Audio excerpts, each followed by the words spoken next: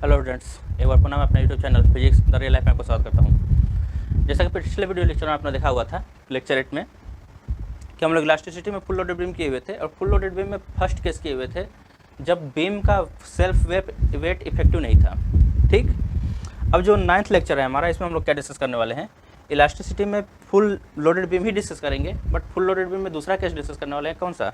When weight of the beam is effective, मतलब beam का जो सेल्फ वेट है वो इफेक्टिव है। पहले वाले केस में इफेक्टिव नहीं था, अब दूसरे वाले केस में इफेक्टिव है। ठीक, कई बार क्वेश्चन पूछा जाता है और कई यूनिवर्सिटी में पूछा जाता है, इसलिए इसको कराना बहुत ज़रूरी था। तो मैं आगे बढ़ रहा हूँ अपने पहले पेज पे, देखते हैं इसमें क्या है। तो देखिए, कैलकुलेशन करने का जो तरीका है, मतलब जो स्टेप वाइज प्रोसेस है वो तो सेम है। जैसे आप लोगों ने कैंटिलीवर किया और पीछे आप लोग वीडियो देख रखे हैं कैंटिलीवर का और फुल लोडेड बीम का, तो आप लोगों को बहुत आसान लगेगा। अगर नहीं देख रहे हैं तो एक बार जाके देख लीजिए, आप लोग कैंटिलीवर देख लीजिए या फुल लोडेड बीम जो दूसरा वाला कराया हूँ, मतलब वेट इज नॉट इफेक्टिव, उसको देख लीजिए। अगर ये दोनों समझ में आ रहे हैं तो उसके बाद ये वाला समझ में आ जाएगा, क्योंकि इसमें बहुत थोड़ा सा कॉन्सेप्ट चेंज होना है, बाकी सब कुछ सेम है। ठीक, कैलकुलेशन में थोड़ा सा कैलकुलेशन बढ़ जाएगा। अब देखिए इसमें है क्या, फिर से हमारे पास एक बीम होगी जो कि दोनों एंड्स पे सपोर्टेड होगी। ठीक, यहाँ पर भी सपोर्ट है, यहाँ पर भी सपोर्ट है, और ठीक मिडिल पॉइंट पे क्या किया गया है, वेट सस्पेंड किया गया है। ठीक, यहाँ पर भी इस बीम की जो लेंथ है वो टोटल लेंथ कितने ले रहा हूँ मैं, L।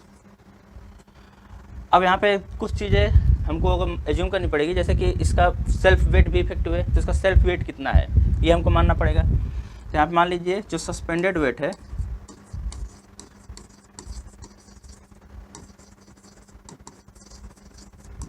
ये W है, ये तो दिख रहा है, मैंने बना रखा है। इस बीम का टोटल वेट जो है वो मैं ले रहा हूँ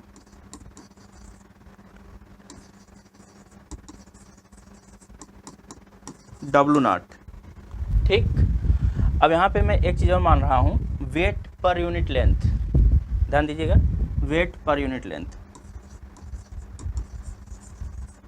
वेट पर यूनिट लेंथ, इसको मैं मान रहा हूँ स्मॉल w। ध्यान दीजिएगा, तीनों में अंतर है। एक कैपिटल W लिया हूँ, कैपिटल W0 है, ये मैं क्या मान लिया, स्मॉल w। ठीक, स्मॉल w क्या हो गया, वेट पर यूनिट लेंथ हो गया।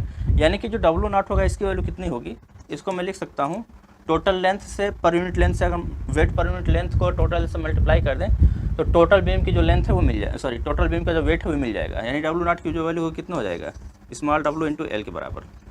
ये ध्यान दीजिएगा, ये क्वांटिटी ध्यान दीजिएगा, क्योंकि लास्ट में इसको मैं रिप्लेस करूँगा।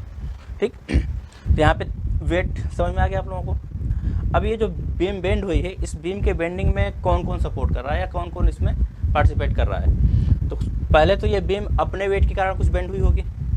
दूसरी बात, कुछ वेट जो है ये W इसमें सस्पेंड किया गया है। तो जो इफेक्टिव बेंडिंग है वो कितने वेट के कारण हुआ, जो इफेक्टिव बेंडिंग हुआ वो W प्लस W0 के कारण हुआ। ठीक, यानी मैं इसको अलग से मैं लिख देता हूँ, यहाँ ना लिख करके, यहाँ पे आप लोग कन्फ्यूजन हो सकता है।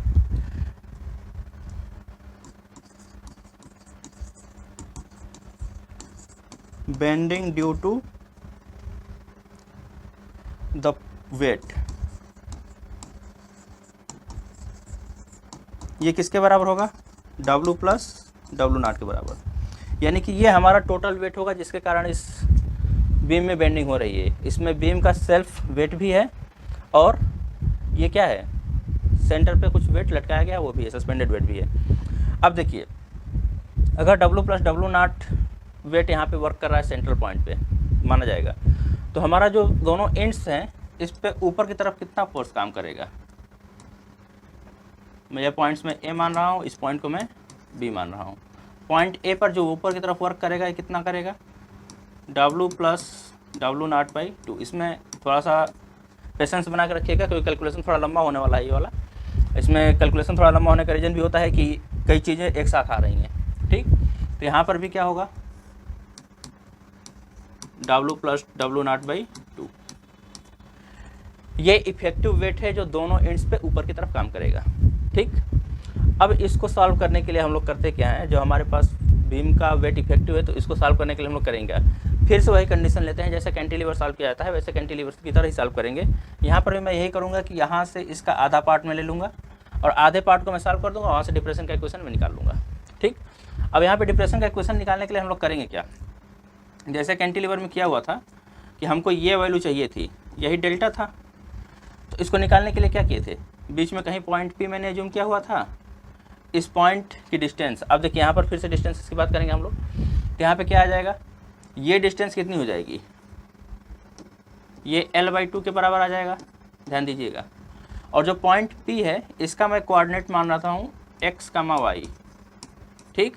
तो अगर कोऑर्डिनेट में x, y मान रहा हूँ तो इसका मतलब इस पॉइंट का यहाँ से डिस्टेंस कितना होगा, इस सेंटर पॉइंट से।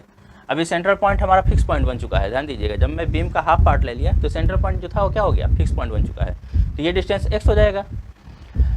अब यहाँ से ये डिस्टेंस x हो गया तो इधर से ये वाली डिस्टेंस कितनी हो जाएगी, L/2 - x के बराबर, L/2 - x के बराबर, ठीक। अब यहाँ पे ये चीज़ ध्यान दीजिएगा, थोड़ा सा मैं इसको और बड़ा कर देता हूँ ताकि आप लोगों को चीज़ें क्लियर होती रहे, दिखेगा नहीं ये, ठीक। यहाँ पे L/2 - x हो गया। अब यहाँ पे थोड़ा सा और समझने वाली चीज़ क्या है, बाकी सब तो ठीक है, इसका जो सेल्फ वेट है उसका जो मोमेंट हमको निकालना होगा वो कैसे निकालेंगे हम लोग। तो यहाँ पे जो इफेक्टिव मोमेंट होगा या ऊपर की तरफ जो मोमेंट ऑफ फोर्स हम निकालेंगे, तो ऊपर की तरफ फोर्स कौन लग रहा है, W + W0/2 लग रहा है। तो W/2 तो कंफर्म है कि इसका जो वेट सस्पेंडेड है उसका है, बट W0 जो लग रहा है वो कहाँ गया, तो वो किधर लगेगा ये भी हमको देखना होगा, ठीक। तो दोनों का मोमेंट पहले निकालेंगे, मोमेंट का डायरेक्शन निकालेंगे और डायरेक्शन के हिसाब से रिजल्टेंट मोमेंट की वैल्यू लिखेंगे हम लोग, ठीक। अब यहाँ रिजल्टेंट मोमेंट लिखने के लिए हम लोग क्या करेंगे, इस पार्ट का वेट कितना होगा, जो हमारा पार्ट P से B तक का होगा उसका वेट कितना होगा, तो मैं लिखने जा रहा हूँ यहाँ पे,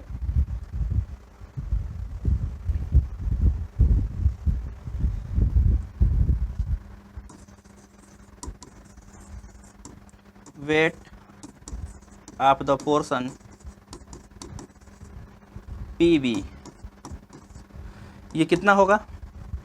यहाँ पे देखिए, अब इसका वेट निकालने के लिए हम लोग क्या करेंगे, वेट पर यूनिट लेंथ को इस लेंथ से मल्टीप्लाई कर देंगे, तो यहाँ पे कितना आ जाएगा, वेट पर यूनिट लेंथ मैंने लिया हुआ स्मॉल w, तो इसको मल्टीप्लाई किससे करना पड़ेगा हमको, L/2 - x से, ठीक। और ये वर्क कहाँ करेगा, ये जो वेट है ये वर्क कहाँ करेगा, इन दोनों पॉइंट्स के बीच में, यानी PB के जस्ट बीच में डाउनवर्ड डायरेक्शन में, ठीक है। इस पूरे PB के पार्ट का जो वेट है वो इस सेंटर पॉइंट पे यानी कि दोनों के जस्ट बीच में और डाउनवर्ड डायरेक्शन में वर्क करेगा। अब इस बीच वाले पॉइंट का पोजीशन क्या होगा, तो यहाँ ध्यान से देखिए, ये पूरा L/2 - x है और जस्ट इसके बीच में ले रहा हूँ, तो L/2 - x का हाफ लेना पड़ेगा हमको। तो इस पॉइंट का जो डिस्टेंस है यानी कि P से यहाँ तक का डिस्टेंस, इसको मैं दूसरे कलर से मार्क कर देता हूँ ताकि चीज़ें दिखती रहें आप लोगों को, ग्रीन से मैं मार्क करता हूँ, ठीक। यहाँ से यहाँ तक की जो डिस्टेंस है ये कितना हो जाएगा, इसको मैं अलग से लिख दे रहा हूँ इधर, 1/2 टाइम्स ऑफ L/2 - x के बराबर, ठीक। ये किसका डिस्टेंस हो गया, इसको मैं P' कर देता हूँ, ये PP' की वैल्यू हो गई, PP' की, ठीक। तो यहाँ पे हमारा क्या आ जाएगा, PP' की जो डिस्टेंस आ जाएगी 1/2 L/2 - x के बराबर आ जाएगी, ठीक है। अब हम लोग काम करते हैं किस पे, का मोमेंट ऑफ फोर्स निकालते हैं कि यहाँ पे जो मोमेंट ऑफ फोर्स वर्क कर रहा है कौन सा कर रहा है। तो देखिए W + W0/2 ये एक फोर्स लगा हुआ है ऊपर की तरफ, तो इसके कारण जो मोमेंट ऑफ फोर्स होगा उसका direction clockwise sorry anti clockwise direction में आएगा, इधर की तरफ। क्योंकि हम पॉइंट P के अबाउट बात कर रहे हैं तो पॉइंट P के रेस्पेक्ट में क्या हो रहा है, इस पॉइंट को ऊपर की तरफ ले जा रहा है, पॉइंट P के रेस्पेक्ट में पॉइंट B को ये फोर्स ऊपर की तरफ ले जा रहा है, तो ये एंटी क्लॉकवाइज डायरेक्शन में फोर्स वर्क कर रहा है। तो इसका मोमेंट ऑफ फोर्स कितना होगा, मैं लिख रहा हूँ यहाँ पे, moment of force W + W0/2, ये कितना आ जाएगा, इसको मैं जब लिखूंगा तो ये आ जाएगा हमारा फोर्स इंटू परपेंडिकुलर डिस्टेंस, तो W + W0/2 ये रहेगा, ये परपेंडिकुलर डिस्टेंस कितना है L/2 - x के बराबर, तो ये कितना आ जाएगा हमारे पास, W + W0/2 ये फोर्स हो गया into perpendicular distance L/2 - x के बराबर, ठीक। और इसका डायरेक्शन क्या होगा, डायरेक्शन में मैं यहीं पे लिख देता हूँ, ये होगा एंटी क्लॉकवाइज डायरेक्शन में, ठीक है।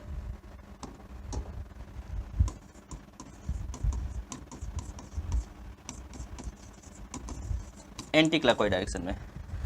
दूसरा देखिए, जो हमारा बीम का वेट था, जो कि मैंने क्या लिखा हुआ है, बीवी का WL/2 माइनस एक्स, ये कहाँ वर्क कर रहा है, जस्ट इनके दोनों के सेंट्रल पॉइंट पे, और डाउनवर्ड डायरेक्शन में कर रहा है। मतलब इसके कारण जो मोमेंट क्रिएट होता है, इस फोर्स के कारण, इसके कारण WL/2 माइनस एक्स के कारण जो मोमेंट जनरेट होगा, उसका डायरेक्शन क्या होगा, ये P के अबाउट नीचे की तरफ जा रहा है। तो P के अबाउट देखिए, एक ये P के अबाउट ऊपर की तरफ जा रहा था, बी पॉइंट वाला, तो ये एंटी क्लॉकवाइज डायरेक्शन में था। ये कहाँ है, नीचे की तरफ, यानी P के अबाउट नीचे की तरफ जा रहा है। नीचे की तरफ मतलब क्या हो जाएगा, क्लॉकवाइज डायरेक्शन में।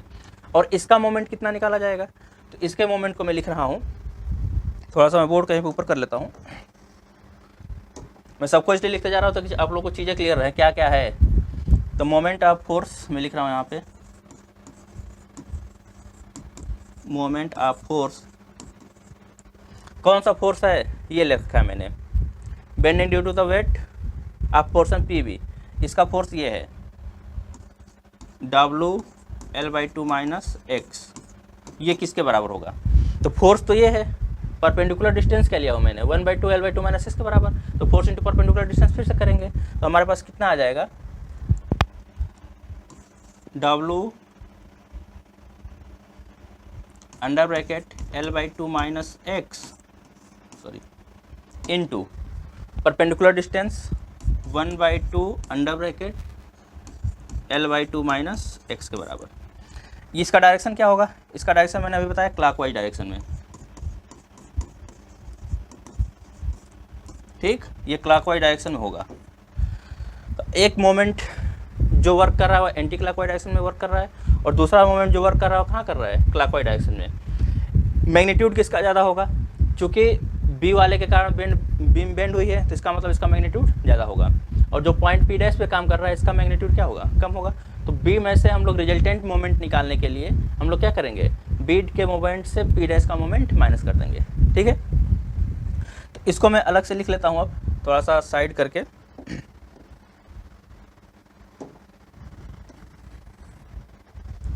हमारे पास रिजल्टेंट मोमेंट क्या आ जाएगा, यहाँ मैं लिख रहा हूँ अब,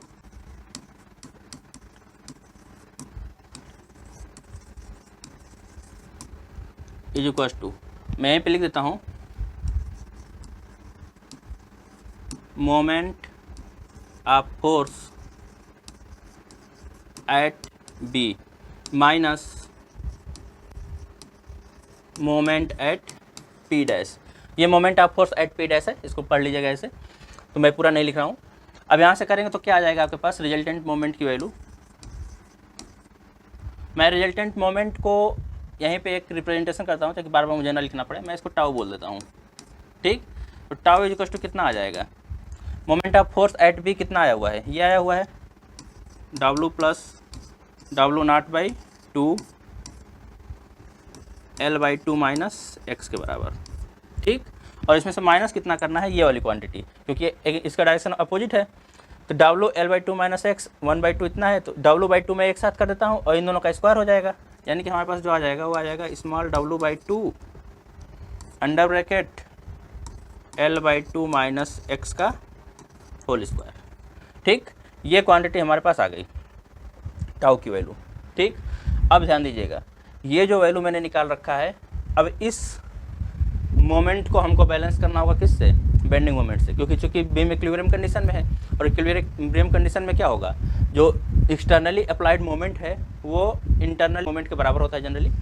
तो इक्विलिब्रियम कंडीशन में बराबर होता है, तो यहाँ पे इक्विलिब्रियम कंडीशन बन रही है, तो इसमें हम क्या करेंगे, दोनों को इक्वेट कर देंगे। अब दोनों को इक्वेट करेंगे तो क्या आएगा हमारे पास, तो यहाँ पे ये जो मैंने चीज़ें लिख रखी है इसको आप लोग नोट डाउन करते जाएंगे तो ज़्यादा क्लियर रहेगा, क्योंकि कन्फ्यूजिंग है, थोड़ा सा हो सकता है कन्फ्यूजन हो आप लोगों को, लेकिन क्लियरली मैंने सब कुछ लिख रखा है। तो अगर एक एक लाइन आप लोग ढंग से पढ़ेंगे तो इसमें कोई भी कन्फ्यूजन नहीं होगी, ठीक। अब यहाँ पे क्या निकाला मैंने, ये निकल गया। अब इसको बैलेंस में किससे करूँगा, टाउ बी से। टाउ बी में क्या लिख रहा हूँ, ये मोमेंट है किसका, बेंडिंग मोमेंट, पूरा लिख दे रहा हूँ, बेंडिंग मोमेंट ऑफ बीम, जो किसके बराबर आता है, YIG/R के बराबर। अब यहाँ से मैं इसको सॉल्व करूँगा, अगले पेज पे चल रहा हूँ मैं लेकर के, यहाँ से bending moment of the beam YIG/R आया हुआ है, और इसको किससे बैलेंस करना है, टाउ से। टाउ की वैल्यू ये है, इसको मैं अगले पेज पे लेकर चल रहा हूँ। मैं यहाँ लिख रहा हूँ in equilibrium,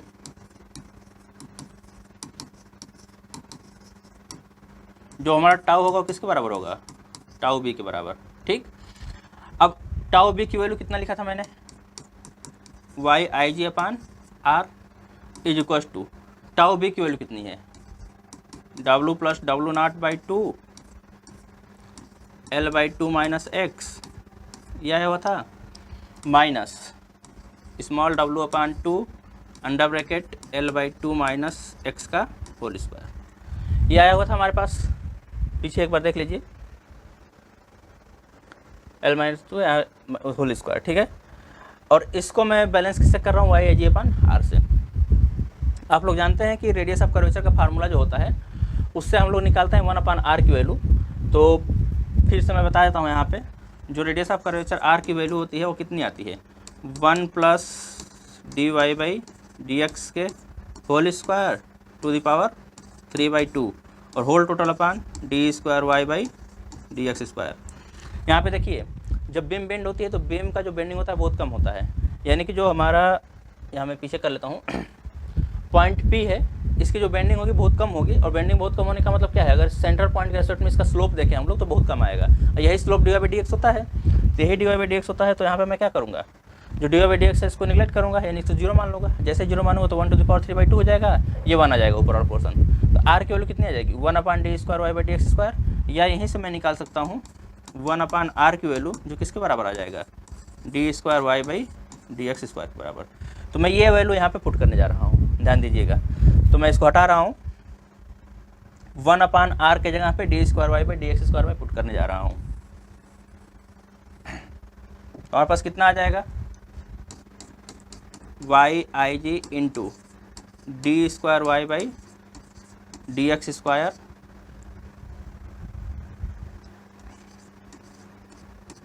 is equal to, ये कितना हो जाएगा, W plus W not by two under bracket L by two minus X minus W by two under bracket. इसको मैं ओपन कर दे रहा हूँ, यहाँ पे स्मॉल डब्लू, ध्यान दीजिएगा।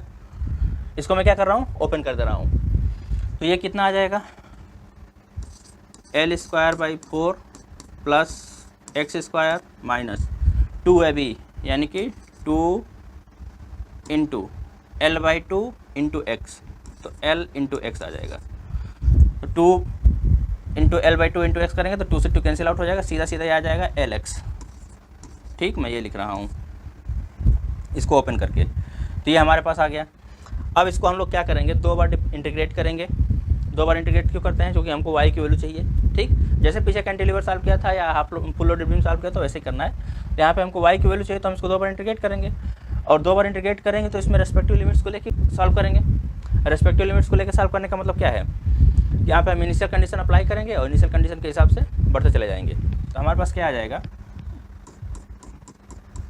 वाई आई जी, मैं एक बार इंटीग्रेट करने जा रहा हूँ यहीं पे, y I g d square Y by D x square है। जब आप इसका इंटीग्रेशन करेंगे तो क्या आ जाएगा हमारे पास, d y by D x is equal to, ये हमारी क्वांटिटी एज इट इज रहेगी, W plus W not by two, ये एज इट इज रहेगा, under bracket L by two minus x है, तो इन दोनों का अलग अलग इंटीग्रेशन होगा। तो L by two minus X का इंटीग्रेशन कितना आ जाएगा, एल एक्स बाई टू, चूँकि यहाँ पे L by two into D x है, डी एक्स को क्या कर देंगे, एक्स कर देंगे, सिंपल से समझ लीजिए, माइनस एक्स का कितना आ जाएगा, x square by to.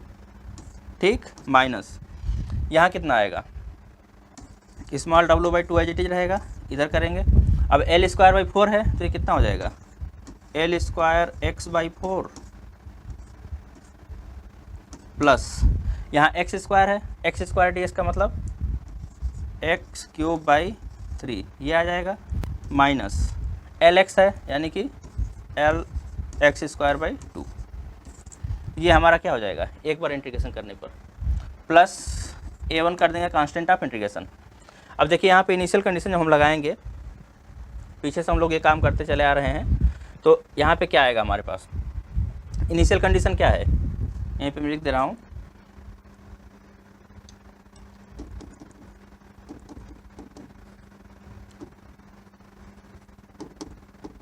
Initial condition क्या है हमारे पास, at x is equal to 0 dy by D x is equal to 0। ठीक, यानी कि x इज इक्वल टू 0 लेने का मतलब क्या है, जो पॉइंट सेंट्रल पॉइंट था उसको मैं फिक्स पॉइंट मान रहा हूँ, और फिक्स पॉइंट पे कोई भी बेंडिंग नहीं होगी, तो कोई बेंडिंग ना होने का मतलब उसका स्लोप 0 आएगा, dy बाई डी एक्स 0 कर दिया मैंने। अब इस इक्वेशन में अगर आप लोग रखेंगे, ध्यान से देखिएगा, तो यहाँ पे dy बाई डी एक्स 0 रखेंगे तो लेफ्ट हैंड साइड की पूरी क्वांटिटी 0 हो जाएगी। उसके बाद यहाँ पे क्या है, इसके मल्टीपल में दोनों में x है, यानी कि x की वैल्यू जैसे 0 रखेंगे पूरा मल्टीपल हो जाए 0 हो जाएगा, और इसमें भी तीनों में x है, मतलब ये भी पूरी क्वांटिटी 0 हो जाएगी। तो हमारा जो a1 की वैल्यू आएगी क्या आ जाएगी, यहीं से मैं लिख दे रहा हूँ, that's implies a1 is equal to 0। ठीक, अब a1 इज इक्वल टू 0 आ गया तो मतलब यहाँ से a1 मैं हटा सकता हूँ। अब हमारे पास जो बचा वो ये क्वांटिटी बची, मैं इसे हटा दे रहा हूँ, तो कि मुझे फिर से लिखना पड़ेगा, उससे अच्छा है क्या है, मैं यहाँ से हटा दे रहा हूँ, किसका यूज़ करते हुए, इस क्वांटिटी का यूज़ करते हुए। अब हमारे पास बचा कौन सा एक्सप्रेशन, ये वाला। ठीक, अब इसको फिर से इंटीग्रेट करूँगा मैं, अगेन इंटीग्रेटिंग, तो अगेन इंटीग्रेट करने पर क्या आएगा हमारे पास, y i g it is आएगा, y i g it is d y by D x किसके बराबर हो जाएगा, y के बराबर इज इक्वल टू, यहाँ पे ध्यान दीजिएगा, अब w plus W not by two as it is आएगा, अंडर ब्रैकेट, यहाँ एल एक्स बाई टू है तो x l बाई टू पहले से ही है, और x का हम फिर से क्या करने जा रहे हैं, इंटीग्रेशन, तो x का इंटीग्रेशन करें तो क्या आ जाएगा, एक्स स्क्वायर बाई टू, यानी कि आ जाएगा l by two into x square by two. ठीक, मैं अलग अलग लिख दे रहा हूँ ताकि आप लोगों को कन्फ्यूजन ना हो। माइनस यहाँ क्या है, 1 बाई टू पहले से है, इंटू एक्स स्क्वायर का जब आप लोग इंटीग्रेशन करेंगे तो ये आ जाएगा x cube by three, x cube by three ये आ जाएगा, माइनस यहाँ डब्लू बाई टू है, अंडर ब्रैकेट, यहाँ एल स्क्वायर बाई फोर है, L square by four as it is लिखा, एक्स का इंटीग्रेशन करूँगा फिर से मैं तो यहाँ पे क्या आ जाएगा, x square by two plus 1 by three as it is आएगा, और जब एक्स क्यूब का आप लोग इंटीग्रेशन करेंगे तो ये आ जाएगा x to the power 4/4 minus यहाँ पे क्या आ जाएगा, L by two as it is into x square का integration x cube by three, x cube by three, ये क्वांटिटी हमारे पास आ रही है। प्लस में आएगा आपका a2 कांस्टेंट ऑफ इंटीग्रेशन। ठीक, अगेन यहाँ पे इनिशियल कंडीशन आप लोग अप्लाई करेंगे, मैं बोर्ड को ऊपर करता चला रहा हूँ, ऊपर से आप लोग नोट डाउन करते जाइएगा, मैं ऊपर इसलिए कर रहा हूँ क्योंकि साइड में जगह नहीं बचा हुआ है। ठीक, यहाँ मैं ऊपर करके लिख रहा हूँ। यहाँ पे क्या आएगा, अगेन इनिशियल कंडीशन जब अप्लाई करेंगे हम लोग तो हमारे पास इनिशियल कंडीशन क्या होगा, at x is equal to 0 y is equal to 0। क्यों होगा, क्योंकि जो फिक्स पॉइंट है वहाँ पे हमारा थोड़ा भी बेंडिंग नहीं हो रहा है। ठीक, तो फिक्स पॉइंट का जो कोऑर्डिनेट होगा x बराबर 0 तो वहाँ पे y बराबर भी 0 ही होगा। ठीक, तो जब कोई डिप्रेशन नहीं हो रहा था मतलब y बराबर 0 हो गया। अब इसको इस इक्वेशन में पुट कर दीजिए तो a2 की वैल्यू मिल जाएगी। a2 की वैल्यू निकालने के लिए क्या करेंगे, फिर से देखिए y इक्वल टू 0 पुट करेंगे, लेफ्ट हैंड साइड 0, इधर तीनों में x है, दो क्वांटिटी है दोनों में x है, यानी कि x बराबर 0 पुट करेंगे तो ये पूरी क्वांटिटी 0 हो जाएगी। इधर सब में x है, तीन टर्म्स है तीनों में x है, मतलब इन सारे टर्म्स में अगर x की वैल्यू पुट करेंगे तो ये भी पूरा 0 हो जाएगा, यानी कि यहाँ से a2 की वैल्यू कितनी आ जाएगी, 0 के बराबर। तो यहीं मैं लिख दे रहा हूँ that's implies a2 is equal to 0, इसको भी ध्यान दीजिएगा। ठीक, और a2 इज इक्वल टू 0 अगर आप लोग इस एक्सप्रेशन में पुट कर देंगे तो इसको मैंने हटा दिया, यही बचेगा। इसको मैं फिर से लिखने जा रहा हूँ क्या आ रहा है हमारे पास, तो हमारे पास जो आएगा वो क्या आ जाएगा, capital Y i ji into small y is equal to, हाँ यहाँ पर भी ध्यान दीजिएगा, कुछ बुक्स में क्या किया गया है कि यहीं पर जब हम लोग इसको इंटीग्रेट कर रहे थे तो इन्होंने लिमिट के अंडर में इंटीग्रेट कर दिया है, मतलब लिमिट क्या लगा दिया है, 0 से l/2। ठीक, ये लिमिट लगा करके तब किया गया है। l 0 से l/2 करने का मतलब क्या है कि l/2 x यहाँ पे l/2 हम लोग पुट करेंगे y की फाइनल वैल्यू फाइंड आउट करने के लिए।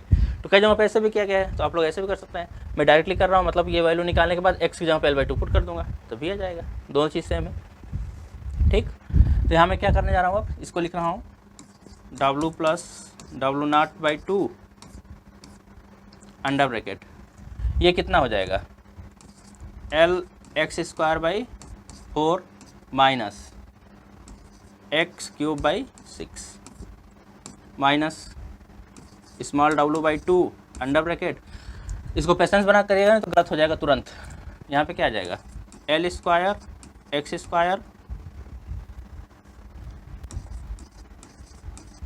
Upon 8 plus x to the power 4 upon 12, 3 चौके 12 हो जाएगा, minus L x to the power 3 upon 3 दूना के 6। ठीक, ये इतना आ जाएगा। अब देखिए, अब हमको क्या पुट करना है, अब हमको निकालना है deflection of the beam. Deflection मैं लिखने जा रहा हूँ, फॉर डिप्रेशन डेल्टा। अब डेल्टा इज इक्वल्स टू क्या होता है, वाई, मतलब y is equals to delta जब पुट करते हैं तो हमको डिप्रेशन मिलता है।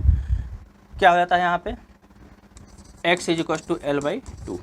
ठीक, ये जनरली डिप्रेशन किसका निकाला जा रहा है, एल बाई टू लेने का मतलब इन पॉइंट का। ठीक, एक इन पॉइंट का डिप्रेशन निकाल लेंगे तो पता चलेगा दूसरा भी उतना ही डिप्रेशन होगा, सिंपल सी बात है। तो यहाँ से क्या आ जाएगा, x is equals to L by two पर y is equals to delta में पुट करने जा रहा हूँ। तो यहाँ से कितना आ जाएगा हमारे पास, y I ji into delta is equals to W plus W not by two. अब यहाँ पे ध्यान दीजिएगा, यही राइट हैंड साइड वाले में, इसी में सबसे ज़्यादा लड़के कन्फ्यूज होते हैं। यहाँ पे कैलकुलेशन करने में बहुत सिंपल सा कैलकुलेशन, कुछ है नहीं इसमें। यहाँ पे हम लोग करने क्या जा रहे हैं, x की जगह पे क्या पुट करेंगे, l बाई टू। तो पहले से हमारे पास l बाई 4 था, इंटू में क्या आ जाएगा, एक्स स्क्वायर है तो एक्स स्क्वायर करेंगे तो एल स्क्वायर बाई 4। ठीक, यही ध्यान दीजिएगा, माइनस यहाँ क्या है, एक्स क्यूब बाई 6, यानी कि 1 बाई 6 कर दूँ मैं, इंटू एक्स क्यूब करेंगे तो इसका मतलब क्या आ जाएगा, एल क्यूब बाई 8। ध्यान दीजिएगा, एल क्यूब बाई 8 ये हो जाएगा, और 6 पहले से ही है, तो ये हो गया हमारे पास, माइनस स्मॉल डब्लू बाई 2, ये रख दिया मैंने अंडर ब्रैकेट। अब इसको सॉल्व करेंगे तो हमारे पास एल स्क्वायर बाई 8 पहले से है, और एक्स स्क्वायर के वैल्यू पुट करेंगे तो क्या आ जाएगा, L square by 4 plus x square by 1/12 into x to the power 4 है, एक्स टू द पावर 4 का मतलब L to the power 4 upon 2 to जा 4 टू जा 8 टू जा 16, ये आ जाएगा, यानी कि एल टू द पावर 4 अपान 16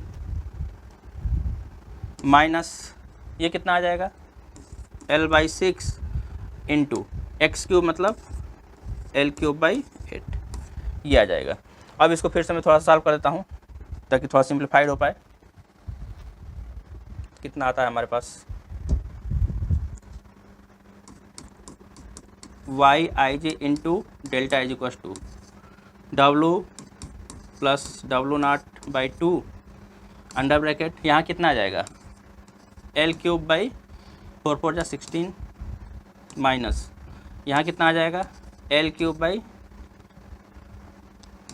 48, 48 8 से 48 होता है, 48 आ जाएगा ये, माइनस स्मॉल डब्लू बाई 2, यहाँ पे स्मॉल डब्लू, डब्लू नॉट और कैपिटल डब्लू तीनों अलग अलग है, ध्यान दीजिएगा। ठीक, यहाँ क्या लिख रहा हूँ मैं, स्मॉल डब्लू बाई 2 अंडर ब्रैकेट, यहाँ कितना आ जाएगा, एल टू द पावर 4 अपान 4 बटे 32 प्लस यहाँ कितना आ जाएगा, एल टू द पावर 4 अपान 16 दूना के 32 और 16 एकम 16 3 19 192 माइनस यहाँ कितना आ जाएगा, एल टू द पावर 4 अपान 8 छक 48, ये आ जाएगा हमारे पास। ठीक, अब मैं क्या करूँगा, यहाँ से देखिए इसमें क्या है, इसमें एल क्यूब है, यहाँ पे एल टू द पावर 4 है, तो इसमें से एल बाहर निकाल रहा हूँ मैं। ठीक, तो एल बाहर निकाल रहा हूँ तो यहाँ पे W small W into L आ जाएगा, यहाँ पे कितना आ जाएगा हमारे पास,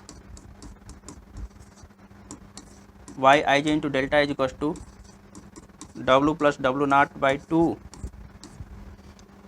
under bracket L cube by 16 minus L cube by 48 minus यहाँ पे मैं क्या कर रहा हूँ, डब्लू एल बाई 2, मतलब मैंने क्या किया, इसमें से एल बाहर निकाल दिया, तो ये कितना हो जाएगा, L cube by 32 plus L cube by 192 minus L cube by 48। ठीक, अब मैं दोनों को सॉल्व करने जा रहा हूँ, यहाँ भी एलसीएम ले लेता हूँ, यहाँ भी एलसीएम लेता हूँ, दोनों को सॉल्व कर देता हूँ। कितना आ रहा है, y I ji into delta is equal to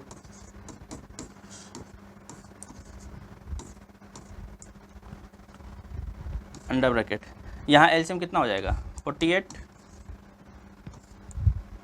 तो 3L³ माइनस L³ ये आ जाएगा। यहाँ पे एक चीज़ मैं रिप्लेस कर रहा हूँ, ये WL क्या था, शुरुआत में मैंने लिखा हुआ था ये ओमेगा W0 के बराबर था, ओमेगा नहीं W0 के बराबर, W0 total weight of the beam है, ठीक। तो टोटल वेट के बराबर था WL, तो WL को मैं किससे रिप्लेस करना जा रहा हूँ, W0 से, तो इसको W0 से रिप्लेस कर देते हैं। यहाँ पे कितना आ जाएगा, माइनस W0 अपान 16 टू जा 32, यहाँ पे कितना आ जाएगा L³ अपान 2 प्लस L³ अपान 12 माइनस L³ अपान 3, ठीक। अब इसका एलसीएम कितना हो जाएगा, इसको मैं अलग से सॉल्व कर देता हूँ, यहीं पे सॉल्व करके डायरेक्टली लिख दे रहा हूँ वैल्यू। इसका एलसीएम आप लोगों का आ जाएगा 12, 2 छक्का 12, 6L³ प्लस 12 एकम 12 L³ माइनस 3 चौके 12 4L³, ठीक। तो 7L³ माइनस 4L³ कितना आ जाएगा 3L³/12, ठीक। तो इसको पूरा मैं सॉल्व करके एक ही बार लिख दे रहा हूँ।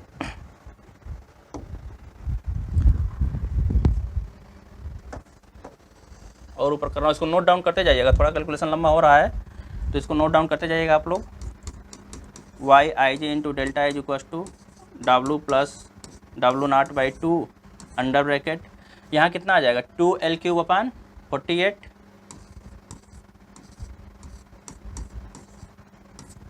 माइनस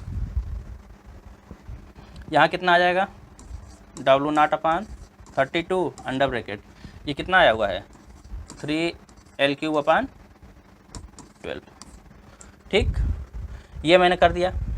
अब इसको मैं सॉल्व कर रहा हूँ थोड़ा सा और सॉल्व करने का मतलब क्या है, देखिए यहाँ से 2 से 2 कैंसिल आउट कर सकता हूँ, इस टर्म में मैं W प्लस W0 बच जाएगा। तो यहाँ पे क्या आ जाएगा हमारे पास YIJ into delta is equal to WL³ upon 48, ये मैं देख लीजिए एक बार मल्टीप्लाई करके लिख रहा हूँ, इस टर्म का इसमें मल्टीप्लाई कर रहा हूँ पहले वाले में, तो WL³ अपान 48 ये आ जाएगा प्लस W0 L³/48 ये आ जाएगा माइनस, अब यहाँ पे देखिए यहाँ पर भी मैं एक कट कर सकता हूँ 3 चौके 12, तो ये कितना आ जाएगा W0 L³ अपान 32 इंटू 4, ठीक। ये पूरा का पूरा आ गया। अब इसको बाहर रखते हुए मैं फिर से इन दोनों टर्म्स को एक साथ लेकर के सॉल्व कर दे रहा हूँ, ठीक। तो हमारे पास क्या आ जाएगा YIJ into delta is equal to WL³ upon 48 plus, इसको आप लोग सॉल्व करिए। यहाँ पे W0 अपान 16 में बाहर निकाल दे रहा हूँ, तो हमारे पास क्या बच जाएगा L³/3 माइनस L³/8, ये क्या है 32 था, 32 में से 16 बाहर के 2 आया, 2 4 जा 8 ये आ जाएगा, ठीक। अब इसको सॉल्व कर लीजिए अलग से, तो इसको सॉल्व कर लेंगे तो कितना आ जाएगा 3 8 इसका 24, इसका एलसीएम आ जाएगा, और ये कितना आ जाएगा 8L³ माइनस 8 3 के 24 3L³, यानी कि ये 5L³ अपान 24 आ जाएगा, ठीक। तो इसका सॉल्यूशन मैं यहाँ पे लिख दे रहा हूँ,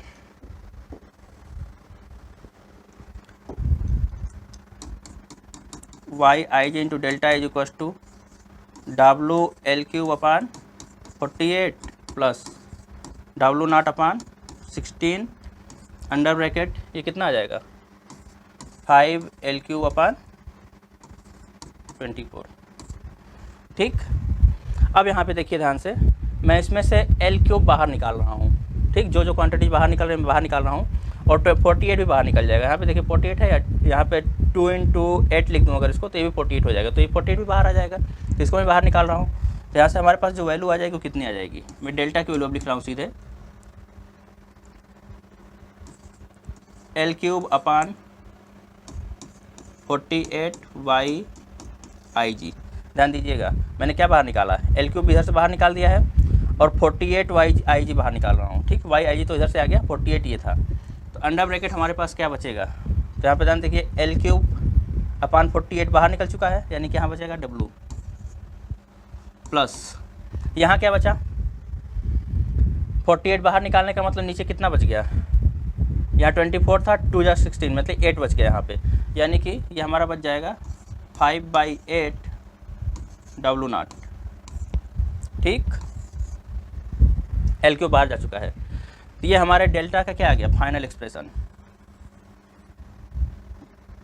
कैलकुलेशन थोड़ा सा लंबा हुआ है, कैलकुलेशन लंबा इसलिए हुआ क्योंकि इसमें कई चीज़ें कैलकुलेट करनी थी और बीच में मैं कैलकुलेशन कहीं डायरेक्ट कर देता तो फिर स्टूडेंट्स का कंप्लेन होता है कि सर आप डायरेक्ट कर देते हैं, हम लोग को समझ में नहीं आता है। ठीक है, इसलिए मैंने क्या किया, थोड़ा सा अलग अलग करके कर दिया है। ये कैलकुलेशन जो अलग से मैंने किया था उसको हटा दे रहा हूँ। अब देखिए ये पूरा ऐसे है, थोड़ा ज़्यादा ही लंबा हो गया है, मतलब इस पेज पे ये इतना लिखा हुआ है पूरा कैलकुलेशन स्टेप वाइज। तो कैलकुलेशन को आप लोग चाहें तो यहाँ पे पॉज करके वीडियो को इसको एक्सपेंड करके लिख लीजिए, या स्टेप वाइज मैं लिखते चला गया हूँ तो पूरा आप लिख सकते हैं। जो फाइनल एक्सप्रेशन आया मैं इसको एक बार दिखाता हूँ पूरा, यहाँ से कुछ कंक्लूजन्स निकलते हैं। देखिए ये हमारे पास फाइनल एक्सप्रेशन आया हुआ है। ठीक, अब इस फाइनल एक्सप्रेशन से कंक्लूजन क्या निकाल रहा है, यहाँ ध्यान दीजिएगा।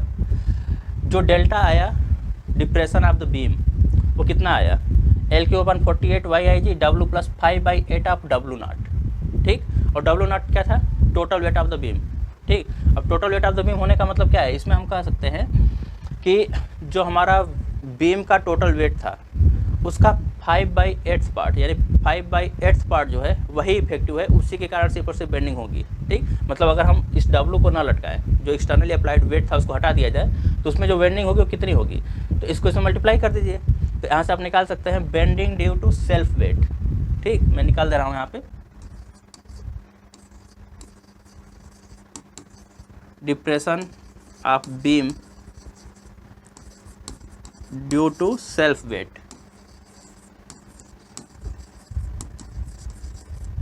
ये कितना आ जाएगा, आपको यहाँ पे सिर्फ W=0 पुट कर देना है। जैसे ही W=0 पुट कर देंगे आपके पास कितना आ जाएगा, L/48 YIG into 5/8 times of W0। ये कितना आ गया, ये बेंडिंग है। ये बेंडिंग कितना आया, फिर ये डिप्रेशन है, ये डिप्रेशन किसके कारण आ रहा है, जो बीम है वो अपने सेल्फ वेट के कारण कितना झुकेगी, तो सेल्फ वेट के कारण उसका डिप्रेशन इतना होगा, इतना बेंड होगी। ठीक है, उसके बाद अगर आप लोग चाहते हैं कि बीम का वेट इफेक्टिव ना हो, उस केस का हम लोग कैलकुलेशन करना चाहें तो सिंपली आप W0=0 कर दीजिए। और देखिए जैसे ही आप W0=0 करें तो ये टर्म गायब हो जाएगा। L/48 YIG ये पहले केस का आंसर आया हुआ था, आप लोग ध्यान दिए होंगे, अगर पीछे पढ़ा होगा, फुल लोडेड बीम विदाउट मास इफेक्टिव या विदाउट वेट इफेक्टिव, तो उस केस में क्या आया था, L/48 YIG आया हुआ था डिप्रेशन। ठीक, तो जब इफेक्टिव नहीं होगा वेट तो इसको आप लोग 0 कर दीजिए, W0 को, सीधे सीधा ये फार्मूला बन जाएगा। ठीक, तो दोनों केसेस यहाँ से सॉल्व हो जाते हैं। तो ये चीज़ है। तो यहाँ पे कई बार ये पूछ लिया जाता है कि कभी कभी ये पूछ लिया जाता है इसी में कि जो बेंडिंग हुई या जो डिप्रेशन हुआ वो डिप्रेशन में कितना चेंज हुआ, तो डिप्रेशन में चेंज भी यही है, मतलब जो सस्पेंडेड वेट था उसके कारण डिप्रेशन क्या था, WL³ इतना, और जब डिप्रेशन में जो चेंज हुआ वो कितना हो जाएगा, L³ W0 5/8 और ये मल्टीप्लाई कर दीजिए आप, मतलब कुल मिला के ये जो क्वांटिटी मैं लिख रखा हूँ यही क्वांटिटी है जो कि डिप्रेशन में चेंज करेगा। ठीक, तो सेल्फ वेट के कारण इतना ज़्यादा डिप्रेशन होगा, ये भी कह सकते हैं आप लोग एक तरह से कि जो बीम का सेल्फ वेट है उसके कारण डिप्रेशन इतना ज़्यादा होगा। तो ये हमारा फुल डिस्कशन था, इसमें आप लोग एक बार देख लीजिए, इसको मैं थोड़ा सा शॉर्ट कर देता हूँ। ये एक पेज था और इससे पहले क्या था, ये पूरा था, इसको थोड़ा छोटा कर देता हूँ, ये था। तो यहाँ पे जो भी एजम्पशंस मैंने लिखे हुए हैं उसको ध्यान से देखेंगे आप लोग, यहाँ तक आ जाएंगे। और उसके बाद नेक्स्ट पेज में मैं कुछ भी नहीं किया हूँ, टाउ को टाउ के बराबर करके 2 बार इंटीग्रेट करके सॉल्व कर दिया हूँ और कुछ भी नहीं किया गया है। तो वही पूरा सॉल्यूशन यहाँ पे है, जो आप लोगों को बहुत बड़ा लग सकता है बट ये बहुत बड़ा है नहीं। ठीक, आप लोग सॉल्व करेंगे तो बहुत ईजिली आ जाएगा ये। तो ये हमारा कंप्लीट था। अब इसके आगे जो डिस्कशन करने वाले हैं हम लोग, यानी इलास्टिसिटी चैप्टर में, तो इलास्टिसिटी में लगभग जो टॉपिक्स एग्जाम में पूछे जाते हैं वो कवर हो चुके हैं। ठीक, जैसे कि आप लोगों से टॉर्सनल रिजिडिटी के बारे में पूछा जाता है, आप सिलेंडर्स वो मैंने पढ़ा रखा है। ये बेंडिंग ऑफ बीम पूछा जाता है, तो बेंडिंग ऑफ बीम में कैंटिलीवर पूछा जाता है, कैंटिलीवर में फिर बेंडिंग मोमेंट का एक्सप्रेशन पूछा जाता है, ये भी मैंने करा दिया हुआ है। Half loaded beam, full loaded beam, तो कैंटिलीवर जो है हाफ लोडेड बीम है ही, फुल लोडेड बीम में भी 2 केसेस के, मैंने दोनों में 2 केस कराए हुए हैं, ध्यान रखिएगा। जो कैंटिलीवर किया हुआ है मैंने वो एक ही वीडियो लेक्चर में दोनों केस किया हुआ है। ठीक, जो फुल लोडेड बीम है, तो फुल लोडेड बीम में देखिए चूँकि दूसरा वाला केस लंबा हो रहा था, इसलिए मैंने 2 वीडियोज़ कर दिए। तो फर्स्ट केस को अलग कर दिया मैंने, जब बीम का वेट इफेक्टिव नहीं है तब उसको मैंने अलग कर रखा है। और 9th लेक्चर जो है, जो हमारा ये है, इसमें क्या मैंने कर दिया कि जब बीम का वेट इफेक्टिव है उस केस में फुल लोडेड बीम का डिप्रेशन का एक्सप्रेशन कितना आएगा, तो ये निकाल दिया मैंने। ठीक, तो इसके आगे जब हम पढ़ेंगे तो क्या निकालेंगे, यंग्स मॉडुलस निकालना किसी बीम का बाई एक्सपेरिमेंटल मेथड। ठीक, तो किसी भी मेथड से हम लोग कैसे निकालते हैं बीम का यंग्स मॉडुलस, तो वहाँ पे यही फार्मूला होगा, डिप्रेशन निकालेंगे और डिप्रेशन निकाल करके वाई को फाइंड आउट कर लेंगे। तो कर देखते हैं नेक्स्ट वीडियो में, तब तक के लिए धन्यवाद।